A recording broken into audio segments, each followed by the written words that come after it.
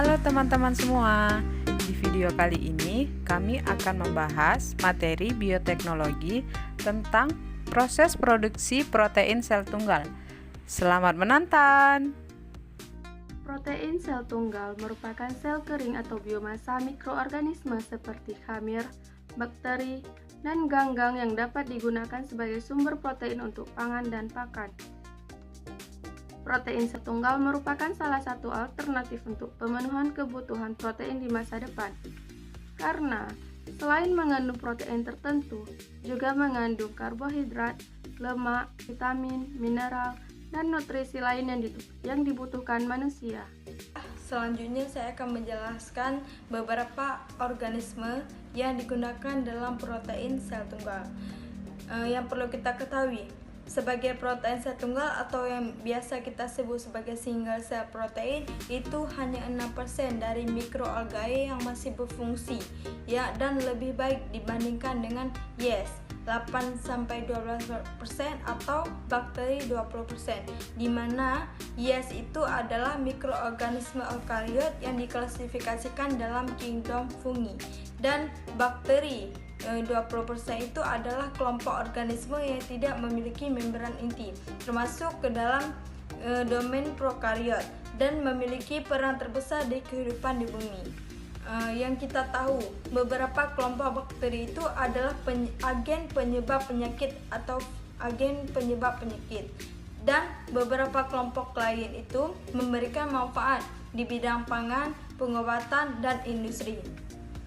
Kemudian, mikroorganisme yang umum yang digunakan sebagai protein sel tunggal antara lain adalah alga atau biasa disebut sebagai chlorella, spirulina, dan ganggang hijau, di mana contoh yang saya sebutkan tadi itu termasuk ke dalam mikroalgae. Selanjutnya, kelebihan protein sel tunggal. Yang pertama, kecepatan pertumbuhannya sangat cepat daripada hewan dan tumbuhan. Kemudian, produksi protein sel tunggal ini tidak tergantung pada musim dan iklim. Kemudian, dia memiliki protein yang sangat tinggi daripada hewan dan tumbuhan. Saya akan menjelaskan kelemahan dari protein sel tunggal.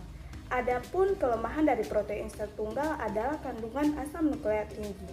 Padahal pada manusia bila mengkonsumsi asam nukleat berlebihan, maka asam nukleat akan terakomodasi sehingga menimbulkan gangguan pencernaan, ginjal, kulit. Baiklah, saya akan melanjutkan penjelasan tentang proses produksi protein sel tunggal. Langkah-langkah yang harus dilakukan yaitu yang pertama, penyiapan atau pemilihan sumber substrat. Sumber substrat ini harus mengandung karbohidrat, nitrogen, fosfor, dan nutrien lainnya. Sebagai sumber substrat misalnya itu hidrokarbon. Tetapi jika bahan yang digunakan mengandung karbohidrat, maka harus dihidrolisis terlebih dahulu. Yang kedua, pencegahan kontaminasi. Dalam pencegahan kontaminasi dilakukan pencucian agar tidak terjadi kontaminasi silang. Proses selanjutnya yaitu organisme yang telah diseleksi diinokulasi pada media. Pada tahap ini terdapat 3 fase. Fase yang pertama yaitu fase awal. Fase awal di mana proses inokulasi pada medium. Yang kedua, fase eksponsial, di mana proses pertumbuhan sel yang seimbang. Yang ketiga, fase stasioner, di mana seluruh sel berhenti membagi diri. Proses selanjutnya yaitu pemrosesan biomasa untuk meningkatkan kegunaan dan daya simpannya. Selanjutnya, biomasa mikroba diperoleh dari medium. Dan langkah yang terakhir yaitu aerasi tambahan. Aerasi tambahan diperlukan karena proses ini merupakan proses aerobik tinggi.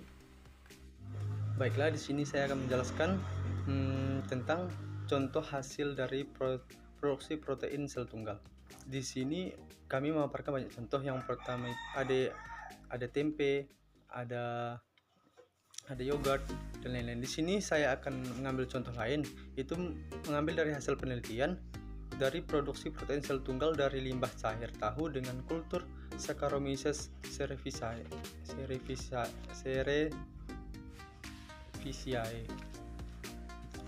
Di sini, limbah cair tahu merupakan hasil samping proses produksi pengolahan makanan berbahan dasar kedelai seperti tahu. Di sini, limbah cair tahu berpotensi menimbulkan pencemaran apabila tidak ditangani dengan tepat. Di sini, protein sel tunggal atau sering disebut dengan PST merupakan protein tinggi yang berasal dari mikroorganisme yang ditumbuhkan pada media fermentasi yang mengandung sumber C dan N tinggi seperti limbah cair tahu tersebut. Di sini tujuan penelitiannya itu di sini adalah untuk mengetahui potensi limbah cair tahu sebagai substrat pertumbuhan Saccharomyces cerevisiae dalam menghasilkan PST. Mengetahui inkubasi optimal pembentukan PST oleh Saccharomyces cerevisiae dalam media limbah cair tahu berdasarkan jumlah koloni dan berat kering sel serta mengetahui kadar protein paling tinggi. Produksi PST dari cerevisiae, kadar protein total dihitung dengan metode Heidel. Perhitungan dilakukan sesuai dengan perlakuan lama fermentasi, yaitu seperti 24 jam, 48 jam, 72 jam, dan 96 jam. Pembentukan protein PST oleh cerevisiae diamati dengan menghitung berat kering sel dan jumlah koloni dengan metode surface plate. Di sini dari penelitian ini saya mendapatkan hasil di sini, yaitu penelitian ini menunjukkan pertumbuhan ideal Saccharomyces dalam limbah cair tahu ini pada jam ke-24 sampai 48. Jumlah koloni dan berat kering sel berturut-turut pada jam ke-24 yaitu 1,8 kali 10 CPU per mililiter dan 0,046 gram. Pada jam ke-48 terjadi kenaikan. Di sini pada jam ke-48 terjadi kenaikan jumlah dan berat kering sel masing-masing. Di sini terdapat menghasilkan 5 kali 10 CFU per mililiter dan 0,049 gram. Adapun kandungan protein tertinggi pada jam ke-24 fermentasi yaitu 0,689%. Kesimpulannya adalah protein sel tunggal merupakan sel kering atau biomasa mikroorganisme yang digunakan sebagai sumber protein untuk pangan dan pakan. Protein sel tunggal memiliki laju pertumbuhan yang sangat cepat sehingga sangat dibutuhkan untuk kehidupan manusia. Namun, asam nukleat yang terdapat di dalam protein sel tunggal dapat mengganggu pencernaan manusia. Sekian presentasi dari kelompok 3, kurang dan lebih kami mohon maaf. Jangan lupa like, comment, and subscribe. Terima kasih.